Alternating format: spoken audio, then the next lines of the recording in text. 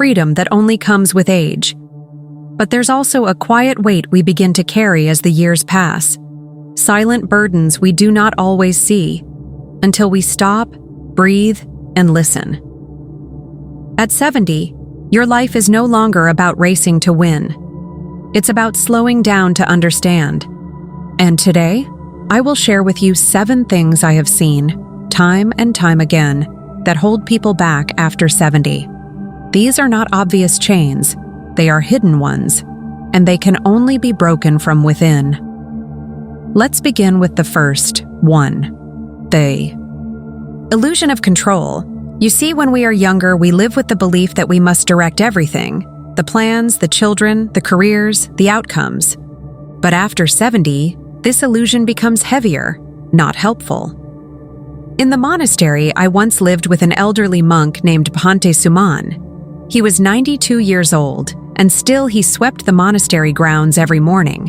When I asked him why he did this even, in his old age, he smiled and said, "I sweep not to control the dust, but to let it move freely." He meant that life is like dust. It will settle where it will. The more we try to control every little speck, the more anxious we become. True peace begins when we accept what we cannot change and learn to let go. Ask yourself, what are you still trying to control? A child's choices, the past, the future? Can you release that grasp and allow life to flow? Regret that lingers in silence. I have sat with many elders in their final hours. Do you know what often clouds their faces? Not pain, not fear. Regret, silent, unspoken regret. I should have said I love you more. I should have taken that journey. I should have forgiven them. Regret is a shadow that grows in silence. After 70, we often think it's too late to change anything. But I've learned this. The most powerful healing begins with a whisper.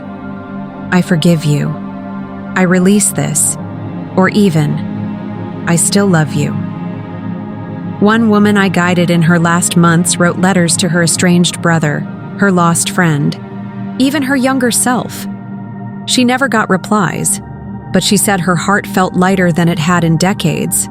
What regret still lives in you quietly? Speak it, write it, release it. The fear of becoming useless. This one is painful to witness. Society often forgets the elderly, as if the soul loses value when the body slows down. But remember this, a tree bears no fruit forever. Yet even bare branches offer shade, beauty, and wisdom. In my early monastic years, an old villager used to visit every week. He brought no gifts, said very little. He simply sat with us. One day I asked, "Why do you come?" He said, "Because you still see me. Your presence matters. Your wisdom matters. Your stillness teaches more than noise ever can. You are not useless. You are becoming something deeper, a presence, a witness, a legacy. You don't need to do to matter.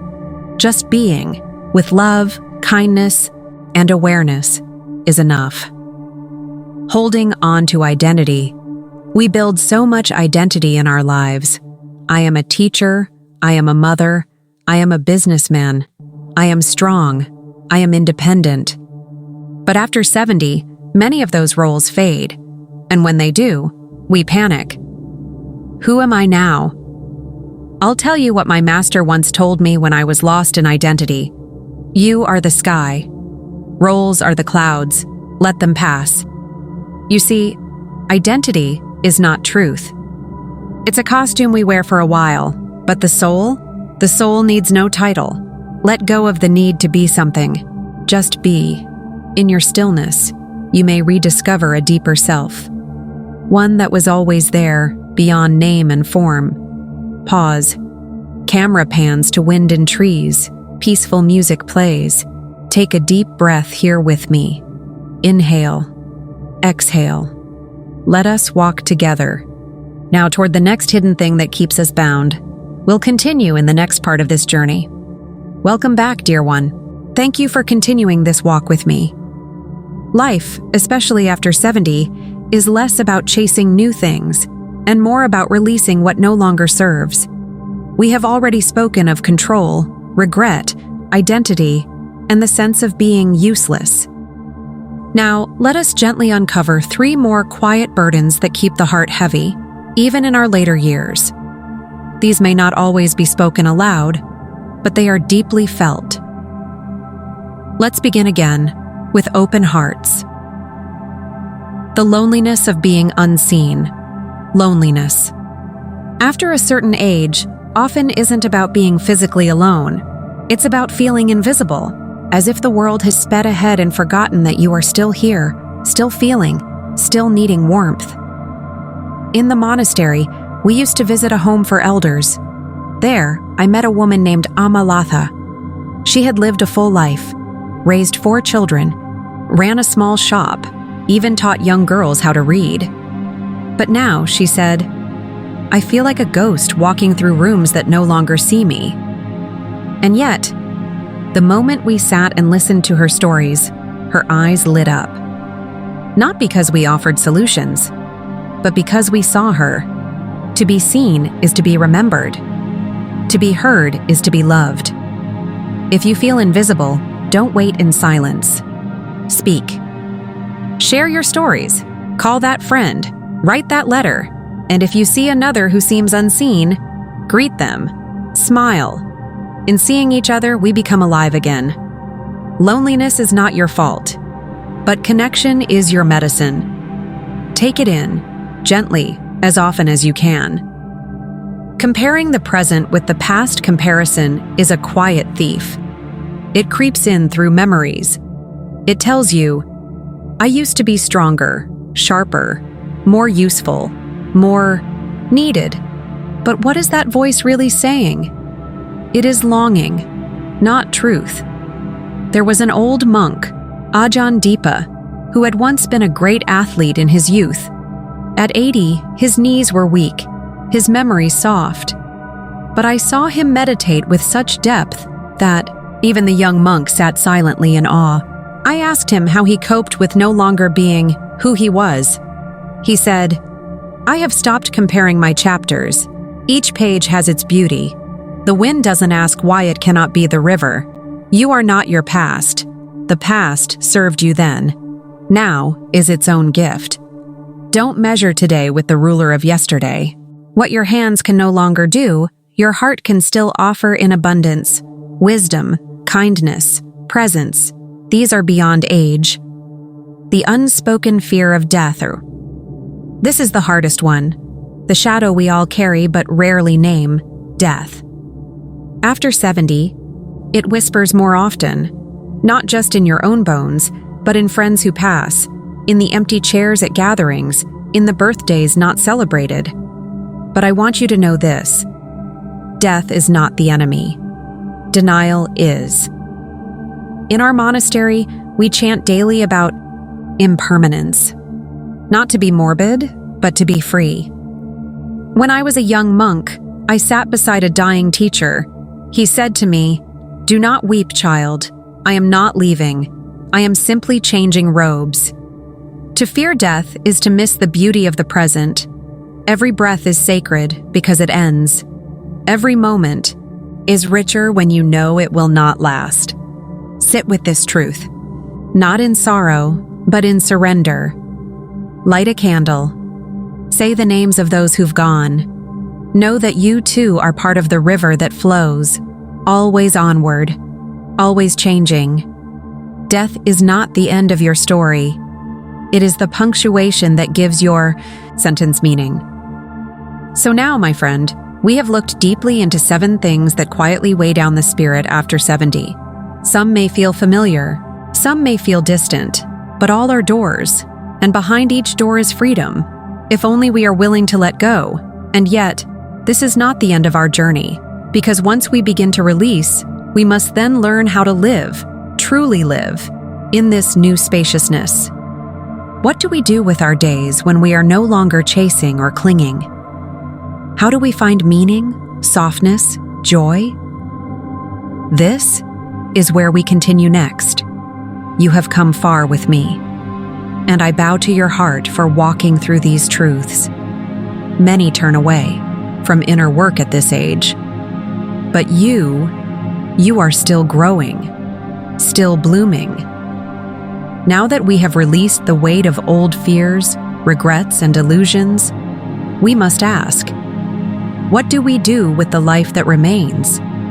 You see, letting go is not just about loss, it's about space. And in that space, new light can enter. Let me share 3 ways I have seen elders live beautifully, even radiantly, after letting go. By living lightly, by creating meaning, and by embracing peace. Let us begin again. Living lightly. The art of simplicity. Simplicity is not poverty, it is clarity. And after 70, clarity becomes gold.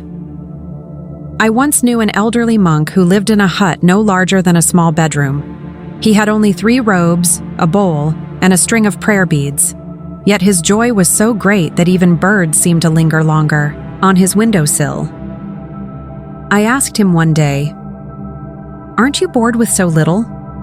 He laughed gently and said, "When the mind is quiet, everything is full. After 70, we no longer need to impress or accumulate.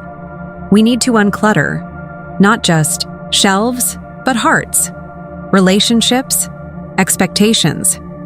Do you really need every item in the attic? Every worry in your mind? What happens if you release one thing each day? Not just objects, but old obligations, unresolved guilt, the urge to explain. Live light. Walk barefoot in your own soul. Feel how peaceful life becomes when it's not overpacked. Creating meaning. The power of quiet purpose. Many elders ask me, "What's the point now? The career is over. The children have their own lives. The body tires. What is left?" And I say, now begins your deepest purpose. Now you are free to serve not with effort, but with presence. There was a man in our village, retired, widowed, mostly quiet. But each morning, he sat under the old banyan tree with a small thermos of tea. One day, a schoolchild sat beside him, then another. Then the next week, 5 more. He had become a quiet elder to them. No lectures, no preaching, just calm presence and warmth. Your meaning need not be grand. It can be as simple as listening deeply to someone who feels forgotten, writing stories for your grandchildren, planting flowers on a windowsill, teaching someone to mend a shirt, praying each day with intention for the world. Small ripples move great lakes. Your presence, your time, your breath. These are sacred tools. Use them with love. Embracing peace. The final and deepest gift piece is not something that finds you. It is something you sit down and welcome. But first, you must become quiet enough to hear it knock. After 70, we often resist silence. Not the absence of noise, but the stillness inside. We distract ourselves with television, news, complaints, gossip, anything to avoid being alone with our thoughts. But I invite you, just for 5 minutes each day, to sit. Close your eyes, feel your breath, say nothing, expect nothing. You may find tears, or laughter, or just silence. But in that silence, something sacred awakens. Peace. Peace is not always joyful. Sometimes it is simply being okay with what is, not needing more, not seeking elsewhere.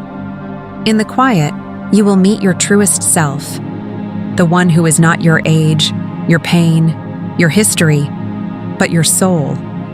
And that, dear one, is the deepest freedom of all. So now, we've walked through many things. We have seen what must be let go. We have found what can still be built. We have tasted peace, if only for a moment. This is the journey after 70, not a winding down, but a waking up. You are not at the end, you are at the summit. From here, the view is clear, but we are not quite finished. there is one more step, one more gentle closing to this sacred reflection. In the final part of this journey, I will offer you the last teaching, the conclusion, and a blessing that you may carry in your heart until the very end. And now, we arrive at the final breath of this journey. You have walked with me through many reflections, the weight of what must be released, the beauty of what may still be created, and the peace that waits quietly within you.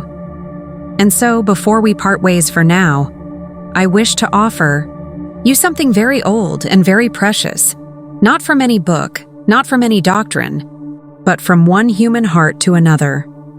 A blessing for your path ahead, not to change you, but to remind you who you've always been. A monk's blessing to you. May you rise each morning not asking what is missing, but gently wondering what is already here. May the silence of your home bring not loneliness, but the sacred echo of your own soul. May your memories soften like old cloth, still worn, still held, but no longer heavy. May your hands, though slower now, still offer warmth to a stranger, to a child, to yourself. May you no longer chase youth, but embrace the grace in every wrinkle, the poetry in every pause. May you forgive more, easily, not because others deserve it, but because your heart deserves peace. May you love without condition, even if it is not returned, and speak truth, even if your voice trembles. May the earth feel sacred beneath your feet, and the sky above remind you that you are part of something vast, timeless, and whole. And when the time comes to let go of one more possession, one more attachment, or even your last breath, may you do so not with fear, but with trust. Trust that your life has meant something. Trust that your presence mattered. Trust that the river carries you home. Thank you, dear one, for sitting with me. You have not only listened to a monk's words, you have honored your own heart. This is not goodbye. This is a continuation. Because every moment after 70, every quiet morning, every warm cup of tea, every kind word is a sacred step. You are still walking. You are still teaching. And you are still so deeply needed in this world. Go gently now. Breathe fully. Live wisely. Love without measure. And remember, peace is always just one breath away. If this message touched your heart, please share it with someone who may need these words. Subscribe for more wisdom, stillness, and reflection. Leave a comment. What part of this journey spoke most to your heart? May you be well. May you be free. May you be whole. With compassion,